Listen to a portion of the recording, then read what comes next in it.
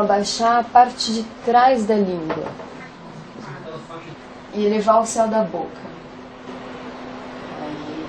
Tem que fazer isso quantas vezes? A gente pede para fazer durante 1 minuto, mas abaixa, relaxa a musculatura, engole, daí faz mais um tempo. Mantém de novo contraído.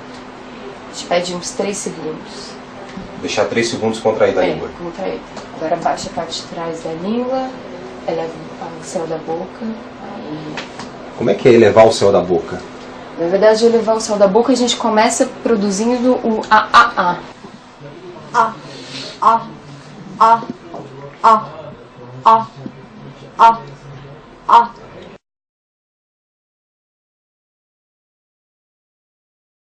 Eu vou pedir então para ela, com a língua, varrer o céu da boca. Fazer um movimento de frente para... Não, só varrer. Varrer mesmo. Aí... E a gente geralmente pede para o paciente não mexer o queixo, né? Controlar, para realmente quem fazer o esforço é a língua. Vai com a língua para frente e para trás? Não, só de frente para trás.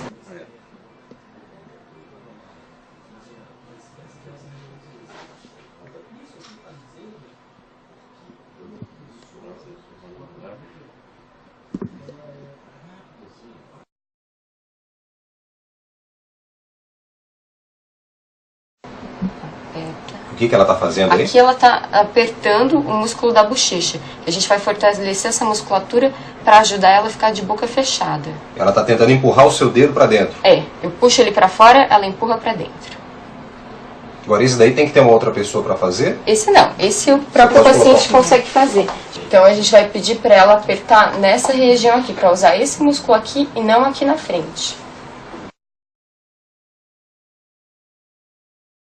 Então, da bexiga, a gente vai querer que ela fique com a bochecha, o músculo da bochecha contraída, o do lábio também, né? E ao mesmo tempo inspire, jogue o ar aqui para baixo, na barriga.